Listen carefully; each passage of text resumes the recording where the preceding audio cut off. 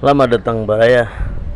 Kali ini saya akan membahas lagi lanjutan tentang penyembelihan sapi betina. Sapi betina ya.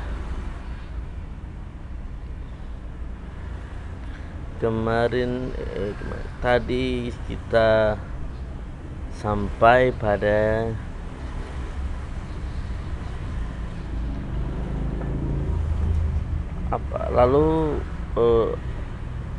sampai pada hati menjadi keras ya. Kita bacakan. A'udzu billahi minasyaitonir rajim. Bismillahirrahmanirrahim. Terjemahnya dulu ya. Lalu kami berfirman, pukullah mayat itu dengan bagian dari sapi itu. Demikianlah Allah menghidupkan orang yang telah mati, dan Dia memperlihatkan kepadamu tanda-tanda kekuasaannya agar kamu mengerti. Kemudian setelah itu hatimu menjadi keras sehingga hatimu seperti batu, bahkan lebih keras. Padahal dari batu-batu itu pasti ada sungai-sungai yang airnya memancar daripadanya. Ada pula yang terbelah lalu keluarlah mata air daripadanya. Dan ada pula yang meluncur jatuh karena takut kepada Allah, dan Allah tidak akan lengah terhadap apa yang kamu kerjakan.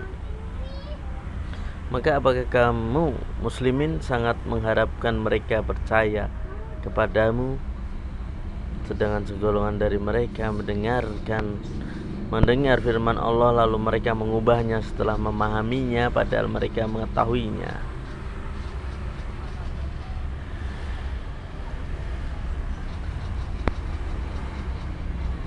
Jadi di sini ayat 74 itu 73 74 masih kaumnya Nabi Musa atau orang Israel ya.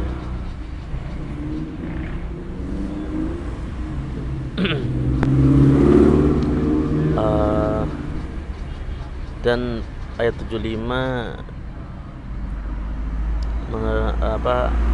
peringatan kepada orang muslimin ya. Dan 76, dan apabila mereka berjumpa dengan orang-orang yang beriman, mereka berkata, kami telah beriman. Tetapi apabila kembali kepada sesamanya, mereka bertanya, apakah akan kamu ceritakan kepada mereka apa yang telah diterangkan Allah kepadamu, sehingga mereka dapat menyanggah kamu di hadapan Tuhanmu? Tidaklah kamu mengerti.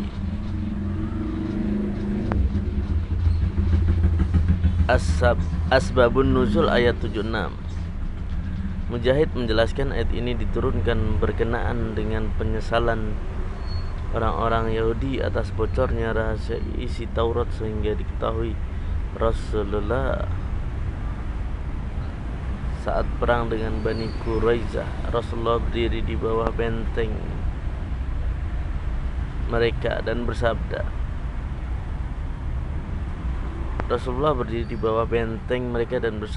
wahai para saudara kera, para saudara babi, dan para penyembah tagut. Para pemimpin Bani Quraizah berkata, siapa yang memberitahu kepada Muhammad tentang semua ucapan itu? Mengapa kalian memberitahu kutukan Allah itu, sehingga orang-orang Islam itu dapat mengalahkan hujah kalian? Hadis riwayat Ibnu Jarir. Yang dimaksud adalah orang-orang Yahudi di Madinah yang mengubah-ubah isi Taurat, terutama mengenai Nabi Muhammad SAW. Maka akan kaum muslimin sangat mengharapkan ya, setelah memahaminya pada mereka mengetahuinya, mengubah isi Taurat orang Yahudi ya.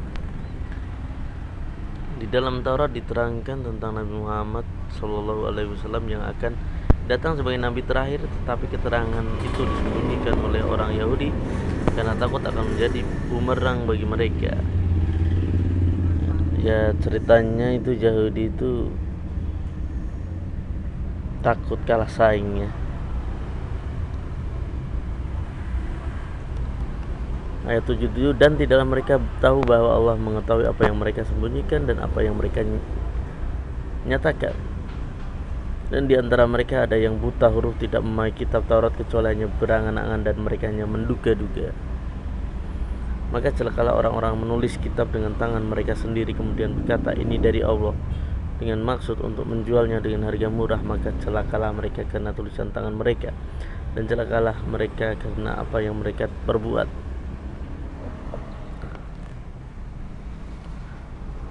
Ayat 79, Ibnu Abbas menerangkan ayat ini turunkan berkenaan dengan para ahli kitab yang memalsukan Alkitab Taurat. Mereka mengatakan hasil palsuan itu adalah suatu yang turun dari Allah. Mereka bermaksud mendapatkan keuntungan duniawi. Hadis riwayat Nasai.